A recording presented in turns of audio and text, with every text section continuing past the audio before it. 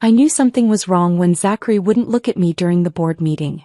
That polished venture capitalist with his designer suits and fake tans sat at the head of my conference table like he owned the place. Which technically he did, 51% of it anyway. The name's Bellamy Archer, and until about 20 minutes ago, I was the CEO of Eric's Biosystems, the company I'd built from a cramped university lab into a $650 million biotech powerhouse. Now I was watching Zachary Fields orchestrate my execution with all the warmth of a corporate executioner. His opening line wasn't a greeting. It was a guillotine blade wrapped in business jargon. Bellamy, we need to discuss the company's trajectory moving forward. Trajectory. Like I was a rocket that had veered off course instead of the engineer who'd built the damn launch pad. I'd spent 12 years developing the gene therapy platform that made Eric's worth anything at all. Every clinical trial, every FDA submission, every sleepless night calibrating protein sequences. That was me. And now this former hedge fund manager who couldn't tell a plasmid from a petri dish was about to realign me into oblivion. Zachary shuffled papers like a poker dealer working a rigged table. He smelled like expensive cologne and entitlement, the kind of guy who thought money equaled intelligence. The board feels, he began, not even using my name now, that we need leadership better suited for our current phase of growth. Someone with a background in scaling operations, someone who understands the demands of our investors. Our investors. He meant his investor friends, the ones who'd circled Eric's like vultures once our phase 3 trials showed promise. I'd been against taking his money from the start, but when you're trying to cure genetic disorders and the government grants dry up, you make deals with people you shouldn't trust. The board members, his people, all of them, sat there like mannequins in a window display. Not one looked at me. These were the same individuals who'd praised my vision 6 months ago, who'd toasted to my leadership at the annual gala, who'd sent congratulatory emails when our lead compound showed 87% efficacy in clinical trials. Now they examined their leather portfolios like they contained the secrets of the universe. Cowards, every single one. Zachary slid a folder across the mahogany table. Termination agreement. The words sat there like a diagnosis you don't want to hear. Inside were the standard corporate exit documents. Severance terms, confidentiality clauses, a non-disparagement agreement that basically required me to smile and pretend this wasn't a knife in the back. You'll find the package is quite generous, Zachary said, that practiced smile never reaching his eyes. 6 months salary, continuation of benefits, and of course your equity stake remains intact. Equity stake. I almost laughed.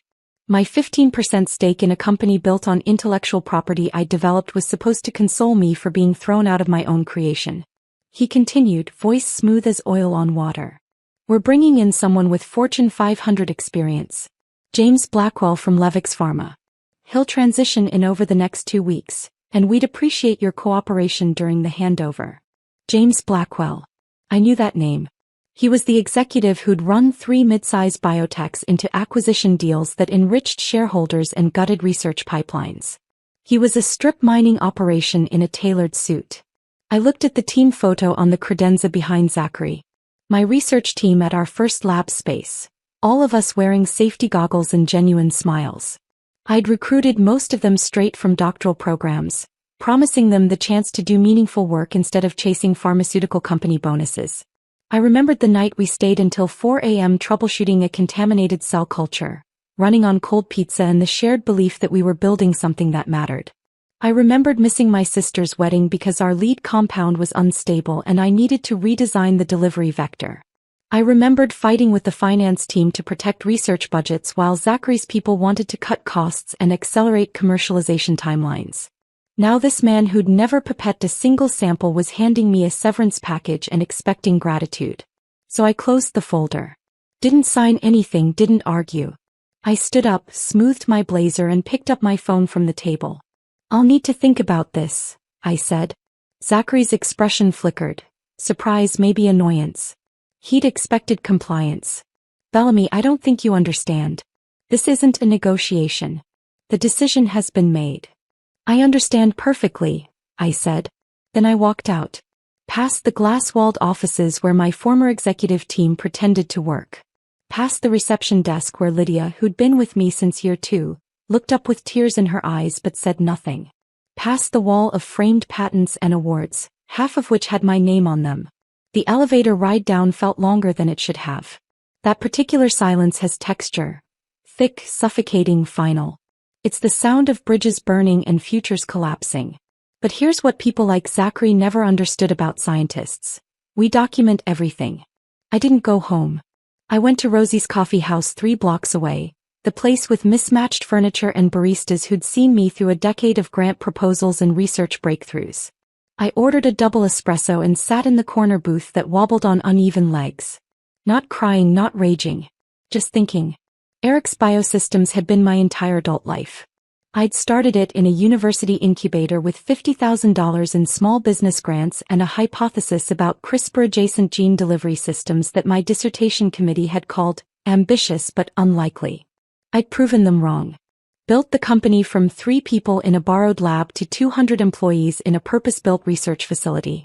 Every major breakthrough, every patent filing, every pivot when experiments failed, I'd navigated all of it.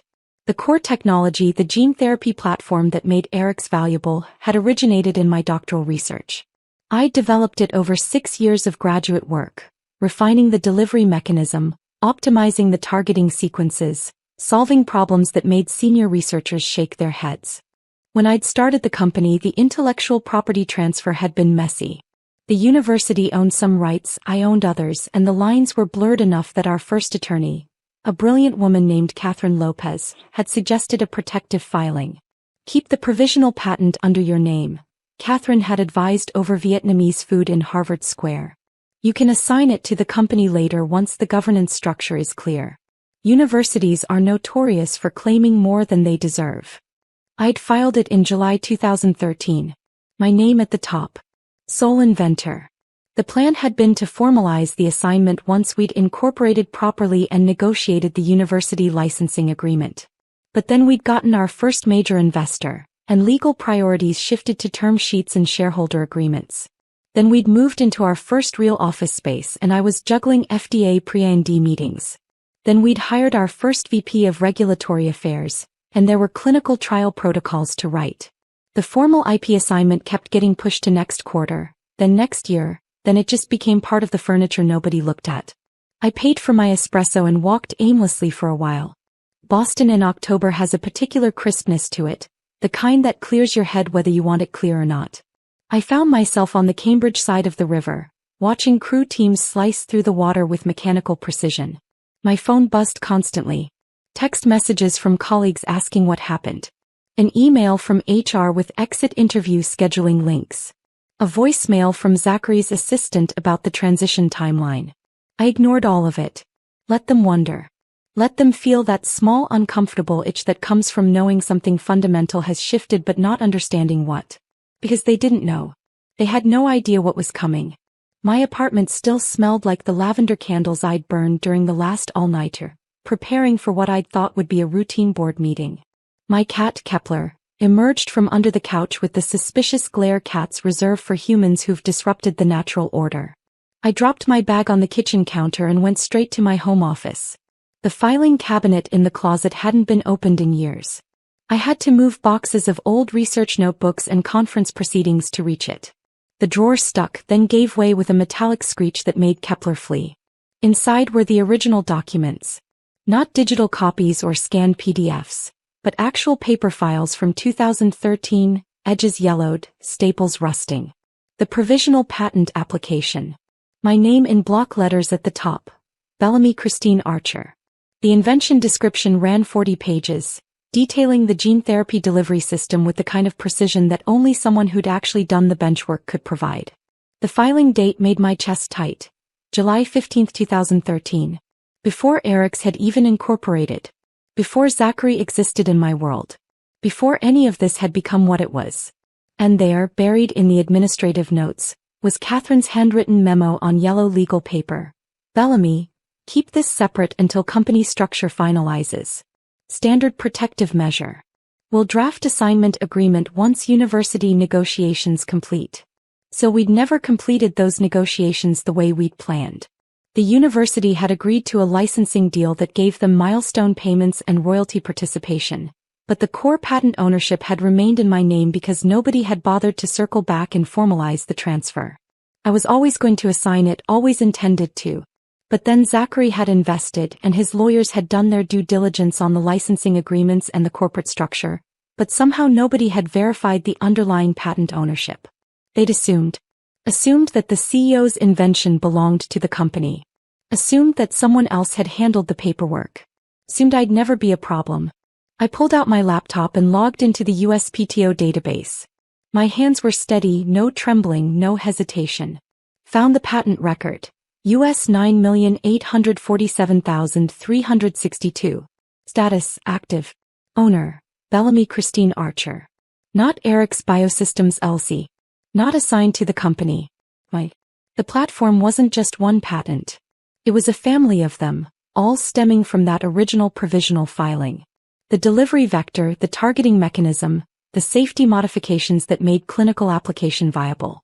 14 patents total, all listing me as primary inventor, all still registered under my name because the assignment paperwork had never been completed. I sat back in my chair and let that reality settle. Eric's Biosystems, the $650 million company that Zachary thought he controlled, was built entirely on technology they didn't legally own. Every clinical trial, every regulatory submission, every pitch to investors had been predicated on proprietary technology that was still technically and legally mine. This wasn't revenge. Not yet. This was just a fact I'd forgotten existed. But it was about to become very relevant. I opened an encrypted email to Catherine. We'd lost touch after she'd moved to a firm in San Francisco, but her contact information was still in my phone from the early days. Subject line: need your expertise on an IP matter. I attached a scan of the original provisional filing and the USPTO records showing current ownership status. Then I typed, Cat long time. Quick question. If a company has been operating under the assumption they own certain IP, but the formal assignment was never executed, where does that leave the actual patent holder? Asking for a friend who just got terminated as CEO. B. I hit send before I could second guess it. Then I poured myself 3 fingers of bourbon, the emergency bottle I kept for paper rejections and failed experiments, and sat in the blue glow of my laptop screen. Kepler jumped onto my lap, purring like he understood that the world had just tilted on its axis. The thing about being a scientist is that you learn to see patterns. You observe, you hypothesize, you test. And right now I was observing that Zachary Fields had made a catastrophic error in judgment. He'd fired the one person who actually understood what made Eric's valuable. He'd assumed that because he controlled the board and held majority shares, he controlled everything. But intellectual property doesn't care about shareholder agreements. It cares about who invented it, who filed it, and who owns the legal rights. And every single document in that USPTO database said the same name, Bellamy Archer. My phone lit up around midnight. Catherine calling from California. I answered on the second ring. Tell me you're joking, she said without preamble. No hello, no small talk. Just straight to the issue. I wish I was. Bellamy, this is, she paused and I could hear papers rustling. This is a nuclear option. You understand that, right? I understand I built something over 12 years and they threw me out like I was irrelevant. You still own the patents. All of them. And if they've been operating under those patents without a formal license. They have, I said. Every product, every clinical trial. It all runs on my gene therapy platform. Catherine exhaled slowly. You could shut them down. Not gradually, not through negotiation. You could issue a cease and desist tomorrow and halt every operation they're running. I know. What do you want to do? I watched Kepler groom himself, utterly unconcerned with human affairs. I want them to understand what they just lost. Then we need to move fast. They'll figure this out eventually, and when they do, they'll try to claim implied license or some theory about work for hire. We need to establish your position before they mount a defense. How fast? I can have a formal IP ownership assertion drafted by morning. It'll go to their legal team, their board, and the investors. Once that's filed, the clock starts ticking. Do it, I said. And Catherine, I want to include licensing terms. I'm not trying to destroy the company, I'm trying to make them pay for what they took for granted. What kind of terms? I'd been thinking about this since I left that conference room. They can continue using my technology. But it'll cost them. $75 million upfront, 18% royalties on all products, and a permanent seat on the board with full voting rights. Non-negotiable. Catherine went quiet for a moment. Then she laughed, sharp and sudden. Bellamy Archer, you beautiful, vengeful genius. I'll have the documents ready by 8 a.m. Eastern. They're going to lose their minds. Good, I said. They should have thought of that before they fired me. I hung up and stared at the ceiling for a while.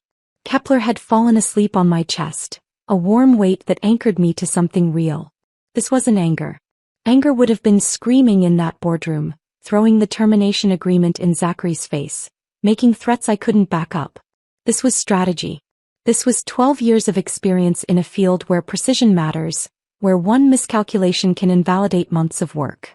Zachary thought he was running a business, but he was really just gambling with other people's achievements. And he'd just bet the company on a hand he didn't realize he'd already lost. By 6 a.m. I was awake again.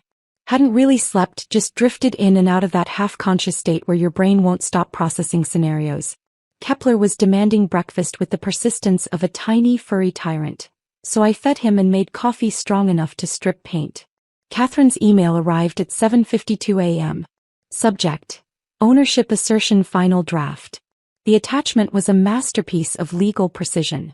12 pages of carefully worded declarations establishing my sole ownership of the patent portfolio, the history of the filings, the absence of any executed assignment agreements, and the licensing terms I was offering.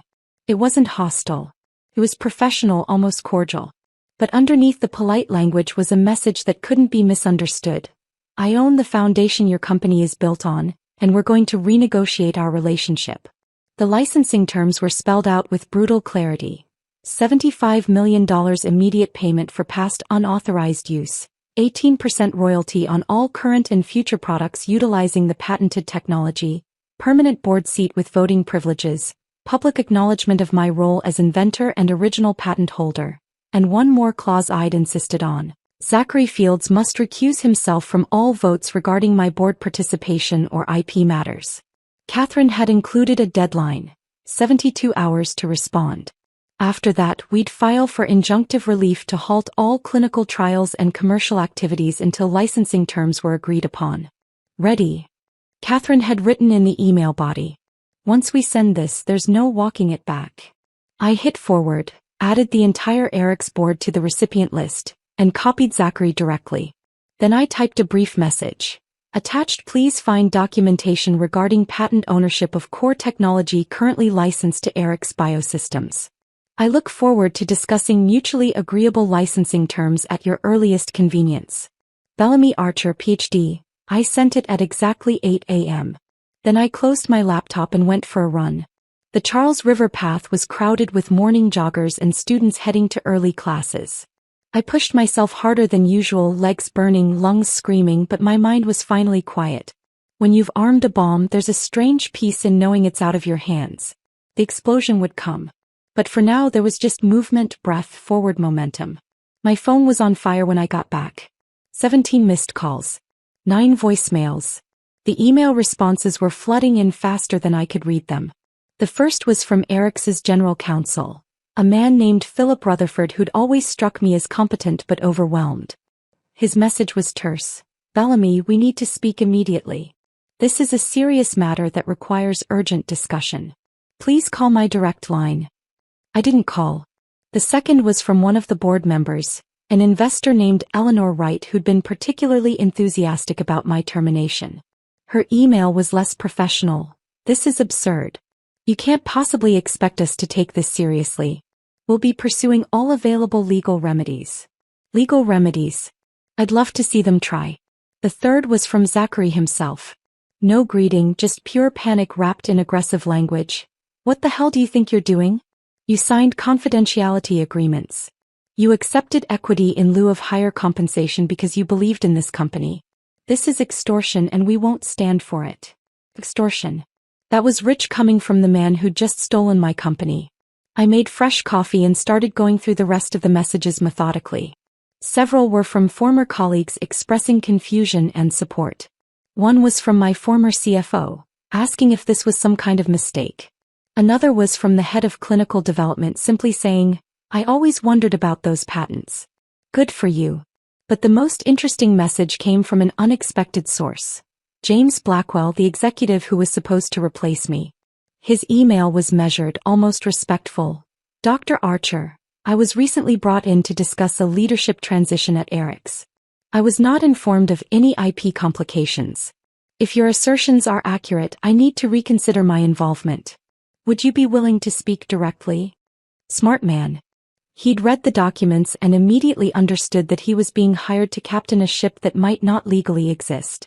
I replied, Mr. Blackwell, I appreciate your direct approach. The IP assertions are completely accurate and easily verified through USPTO records. I'd suggest conducting your own due diligence before proceeding. Best regards, B. Then I waited. This was the part people didn't understand about power dynamics in corporate settings. It wasn't about who yelled loudest or who had the most lawyers. It was about who held leverage and knew how to use it. Zachary could threaten all he wanted, but every day Eric's operated without a proper license, they were accumulating liability. Every patient enrolled in a clinical trial, every regulatory submission, every investor pitch that mentioned their proprietary platform, all of it was built on my intellectual property. And now everyone knew it.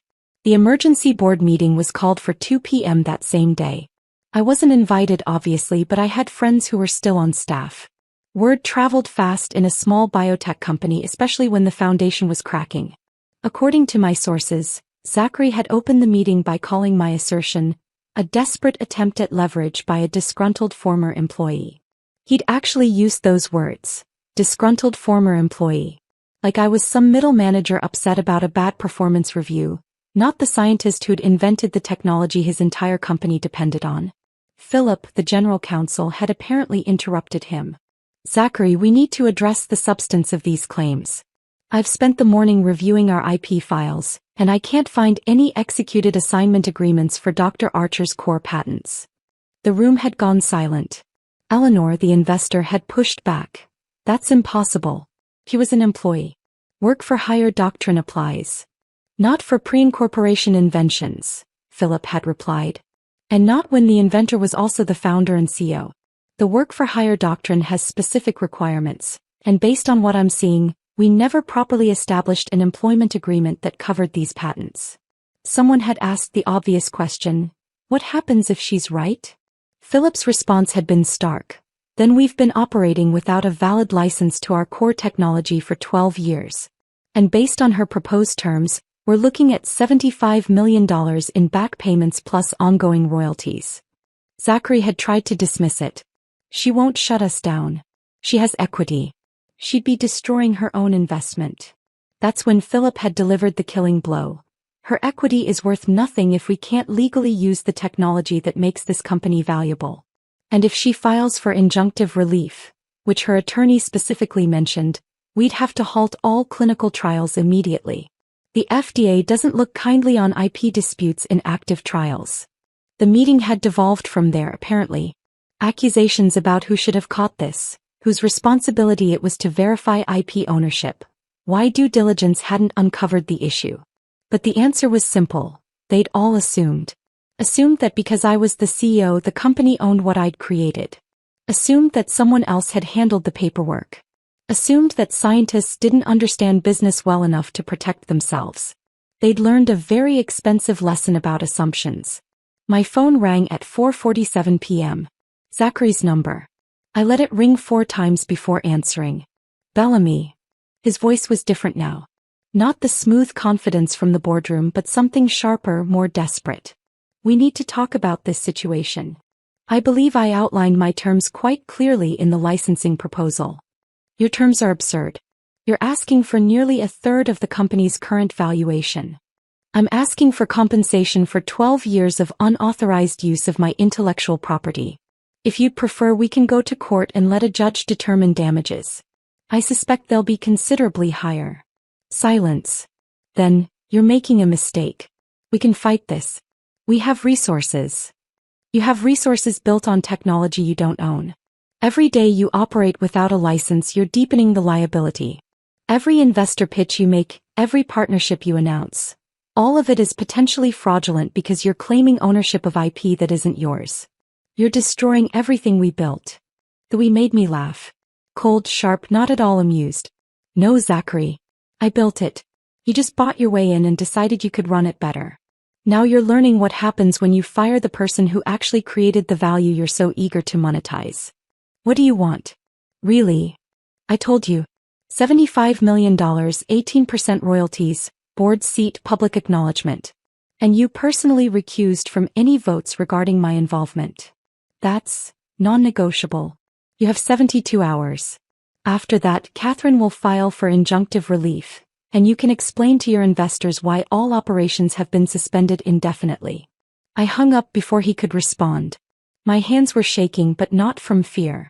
From adrenaline, from the electric realization that I held every card and they were just now understanding it. Catherine called 10 minutes later. I'm hearing from their counsel. They're in crisis mode. Good. Bellamy, I need to ask, are you prepared to actually shut them down if they refuse? I thought about it. Really considered what that would mean. Halted clinical trials meant patients who wouldn't get treatment. Suspended operations meant employees out of work. A dissolved company meant my equity was worthless. But then I remembered Zachary's face across that conference table, the casual cruelty of being erased from something I'd built from nothing. Yes, I said. If they refuse to acknowledge what I created and compensate me appropriately, then they don't deserve to exist. Then we're in a strong position. They'll negotiate. I'm not negotiating. Those are my terms. Bellamy, Kat, I know what you're going to say. That I should be flexible, that we should leave room for discussion. But I'm done being flexible with people who thought I was disposable. They either accept my terms or they learn to build a biotech company without any biotechnology. She laughed. You've gotten mean in your old age. I've gotten tired of being taken advantage of. There's a difference. The next 48 hours were a masterclass in corporate panic. I watched from a distance as Eric's descended into controlled chaos. Their stock price, they'd done a small public offering the previous year, dropped 23% when rumors of an IP dispute leaked to industry publications. Investor calls were apparently non-stop, with Zachary trying to reassure people that the situation was manageable. It wasn't manageable. It was a 5-alarm fire in a building made of legal documents and assumptions. James Blackwell, the executive they'd hired to replace me, withdrew his acceptance within 36 hours. His carefully worded statement was a thing of beauty. After conducting thorough due diligence, I've determined that the operational complexities at Eric's require resolution before I can effectively contribute to the organization's leadership. Translation: I'm not touching this disaster with a 10-foot pole. The FDA sent a letter requesting clarification on the IP status of the gene therapy platform being used in their ongoing Phase 3 trial. That letter, which someone leaked to Biopharma Insider, was devastating. The FDA didn't explicitly halt the trial, but they made it clear that continued operations under unclear IP ownership was concerning and potentially problematic for regulatory approval. I didn't gloat. Didn't leak anything myself or give interviews. I just waited because in situations like this, silence is its own form of pressure. Every day that passed without resolution was another day of uncertainty, another day of investors questioning their positions, another day of employees wondering if they'd have jobs next month. On hour 71 of the 72-hour deadline, Philip Rutherford called me directly. Dr. Archer, we'd like to meet tomorrow morning to discuss your terms. My terms aren't up for discussion. They're up for acceptance or rejection. The board is prepared to accept with some minor modifications. What modifications? The upfront payment would be structured over 2 years rather than immediate, and the royalty rate would be 15% instead of 18%. I almost said yes. Almost compromised because that's what reasonable people do. But then I remembered that termination folder sliding across the table, Zachary's dismissive tone, the way the entire board had sat there and watched my execution without a single objection. No, I said. Those aren't modifications. That's a counteroffer. And I'm not interested in counteroffers. You have 1 hour to accept my original terms in full, or Catherine files for injunctive relief and we'll see you in court. Dr. Archer, 1 hour, Philip. I suggest you use it wisely. I hung up. Catherine texted immediately, are you sure about this? They're basically giving you what you want. They're trying to save face by pretending they have negotiating power. They don't. Call their bluff. You're either brilliant or insane. Why not both? The acceptance came through 47 minutes later. A formal letter signed by every board member except Zachary, who'd apparently recused himself from the vote.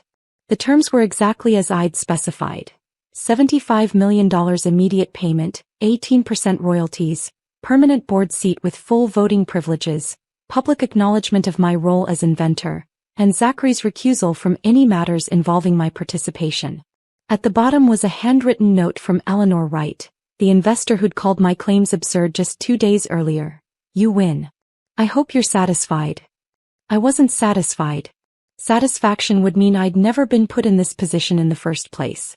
But I was compensated, validated, and positioned to ensure it never happened again. The press release went out the following morning. Eric's Biosystems announced that Dr. Bellamy Archer, founder and former CEO, had been appointed to the board of directors and that the company had entered into a comprehensive licensing agreement for core technology patents. They framed it as a strategic alignment and a recognition of Dr. Archer's foundational contributions. Industry observers weren't fooled. Biopharma Insider ran a piece titled, "Eric's Learns Expensive Lesson About IP Ownership." The article detailed how the company had been operating for over a decade without properly securing the patent rights to their core platform, and how I'd leveraged that oversight into one of the most lucrative licensing deals in recent biotech history. My former colleagues sent messages ranging from congratulations to shock. A few expressed concern that I'd hurt the company and by extension, the patients who might benefit from our therapies. I understood their worry, but they were missing the point. The company hadn't been hurt by my actions. It had been saved from its own negligence. If I hadn't addressed the IP issue now, it would have surfaced eventually. During an acquisition, during a partnership negotiation, during patent litigation with a competitor. Better to resolve it with the person who actually invented the technology and still cared about the mission than to have it explode at the worst possible moment. The first board meeting with my new seat was scheduled for 3 weeks later. I arrived 15 minutes early, carrying the same leather portfolio I'd used for 12 years. The conference room was exactly as I'd left it, except now there was a nameplate at one of the seats. Dr. Bellamy Archer, board member. Zachary arrived last, deliberately. He didn't look at me, didn't acknowledge my presence. Just took his seat at the head of the table and called the meeting to order. The agenda was routine. Financial update, clinical trial progress, partnership discussions. I didn't speak during most of it, just listened and took notes. But when they reached the agenda item about operational efficiency improvements, which turned out to be another round of budget cuts to research, I raised my hand. I'd like to propose an alternative approach, I said. The room went quiet. Zachary's jaw tightened. The floor is yours, Dr. Archer. Instead of cutting research budgets which will compromise our pipeline and long-term viability, I suggest we examine administrative overhead. Specifically, executive compensation packages that seem disproportionate to company performance. I pulled out a spreadsheet I'd prepared. In the last 2 years, executive compensation has increased by 34% while R&D budgets have decreased by 18%. I'm proposing we reverse that trend. Eleanor, the investor, leaned forward. Those compensation packages were approved by this board. Under different circumstances, I replied. Circumstances where certain individuals weren't aware of the full financial picture or the licensing obligations that would impact future cash flow. Now that we have better information, I think we should revisit those decisions. Translation: now that I'm here to call out this nonsense, things are going to change. The vote on my proposal was close, but it passed. Zachary's face was a mask of controlled fury, but he couldn't object without revealing his self-interest. That was the thing about having a board seat. I didn't need to be CEO to influence direction. I just needed to be present, informed, and willing to ask uncomfortable questions. Over the following months, I watched Eric's transform. Not overnight, not dramatically, but steadily. Research budgets were restored. The clinical trial that had been jeopardized by the IP dispute completed successfully, showing the kind of results that made industry publications take notice. And slowly, the employees who'd watched me get fired began to see that justice, while delayed, wasn't denied. Zachary remained as chairman, technically my superior, but his influence waned. Board members who'd rubber-stamped his decisions started asking harder questions. Investors who'd supported my termination quietly admitted they'd made an error. And the company culture, which had been deteriorating under his profit-first approach, began to remember why it existed: to develop therapies that could change lives. I didn't gloat about any of it. Didn't give triumphant interviews or write vindictive blog posts. I just did the work, attended the meetings, and exercised the rights I'd fought to reclaim. 6 months after my return to the board, Zachary announced he was stepping back from day-to-day involvement. The official reason was to pursue other investment opportunities. The real reason was that he'd lost control of the narrative and couldn't stomach being in a room where I had equal say in company direction. His resignation letter was brief, professional, empty of emotion. I didn't attend his departure gathering. Didn't seem necessary to pretend we parted as friends.